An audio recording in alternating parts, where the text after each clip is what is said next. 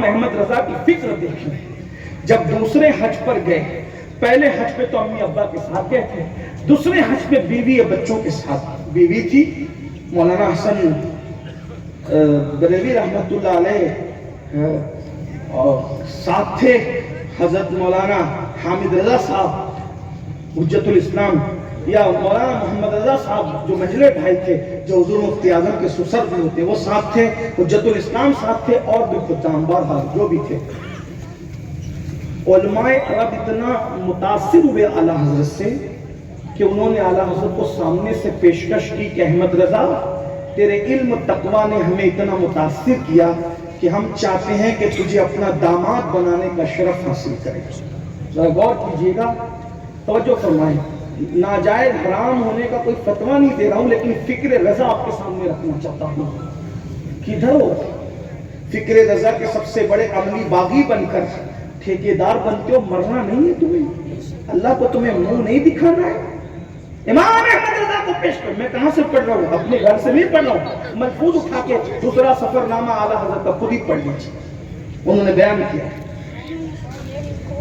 مفہوم پیش کر رہا ہوں، الفاظ ادھر ادھر ہو سکتے ہیں، مفہوم یہی ہے.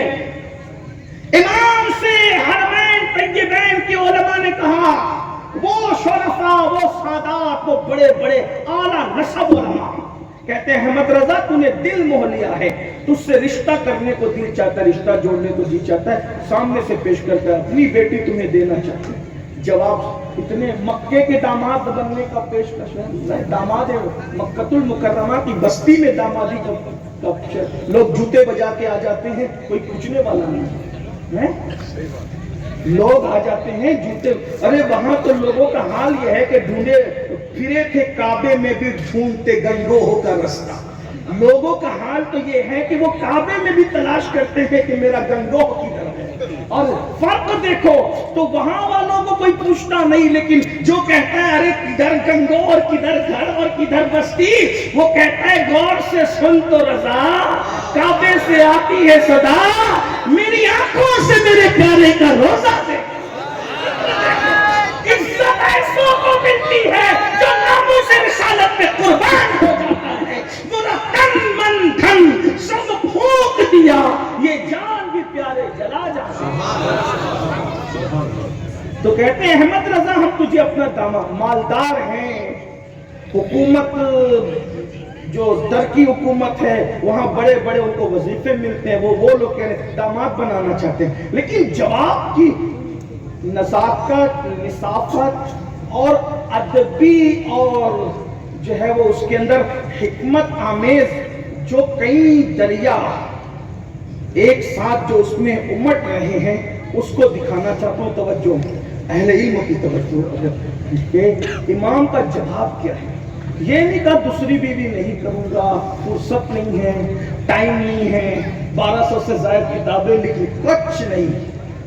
انکار کی وجہ کتابیں لکھنا نہیں، انکار کی وجہ مصروفیت نہیں. 22 گھنٹے جاگ کر کام کرنے والا مصروفیت کا عذر نہیں پیش کر رہا ہے. پیش کر رہا ہے تو نظر کس پر ہے؟ توجہ کریں.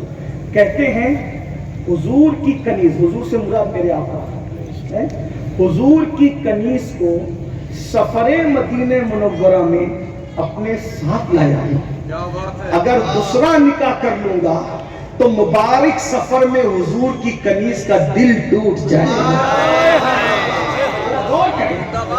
غور فرمائیں، جو خود کی بیوی کے دل کا اتنا خیال کرتا ہو، اسے ماں باپ کے دل کا کتنا خیال. کدھر ہو اپنے مسلک سے تو عملی طور زبانی طور پہ سب ساتھ ہو فکر رضا کے، عملی طور پہ فکر رضا سے ہٹ گئے ہو. ہر ایک کے گھر سے دھواں اٹھ رہا ہے، نہ بیوی خوش ہے، نہ ماں باپ خوش ہے، نہ پڑوسی خوش ہے، کوئی تم سے خوش نہیں ہے. ورنہ جس کی فکر یہ ہے کہ دوسرا نکاح یہ کہہ کے انکار کر دیا کہ حضور کی کنیز کا دل نہ ٹوٹا، پھر اگر نبی کی کنیز کا دل ٹوٹے گا تو میرے یار کا دل کو تکلیف. من آزا مسلمن فقط آزان. پھر کہہ رہا ہوں فتویٰ نہیں پر بول رہا ہوں کہ ناجائز اور عام، صرف یہ بتا رہا ہوں کہ جن کے رتبے ہیں ان کو سوا مشکل ہے. تو جو بیوی کی اتنا آپ بتائیں، جب دوسرا نکاح اس لیے نہیں کر رہے ہیں کہ حضور کی کنیز کا دل ٹوٹے گا، تو تم تو دو دو تین تین سے لگے رہتے ہو فون پہ. الا ماشاء اللہ. تمہیں نہیں کہہ رہا ہوں, تم تو بہت برے اللہ مجھ سے زیادہ اللہ والے جو انٹرنیٹ پہ دور بیٹھ کے ادھر ادھر سنتے ہیں ان سے تو آپ نہیں. اب تو آپ ایسے ہوتے تو آپ جلسہ سننے کی ہوتے, لیکن ایک بات کہنے کی ہے کہ دو دو تین تین سے لگے ہیں, فون پہ لگے ہیں, گھر پہنچنے کے بعد بیوی سے گفتگو نہیں ہے, اور اس کے بعد وہ کروٹیں بدل رہی ہے, ٹینشن میں رو رہی ہے, آنکھیں سجا رہی ہے, روتے روتے اگر وہ ماں بننے والی ہے تو اس کا بچہ ظاہر ہوتا ہوا سنا ہم نے, یہ سنا کہ ٹی بی کی مریضہ ہو گئی, یہ سنا کہ خودکشی کرنے پہ مجبور ہو گئی, یہ سنا کہ ٹرین کی پٹریوں میں کٹنے پہ مجبور. کبھی یہ احساس نہیں ہوا وہاں جائز کام اس لیے چھوڑا جا رہا, جائز کہ یار کا دل نہ دکھے, کیونکہ کنیز کا دل دکھے گا تو یار کو تکلیف ہوگی.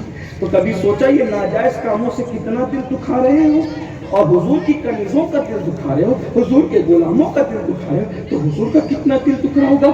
تو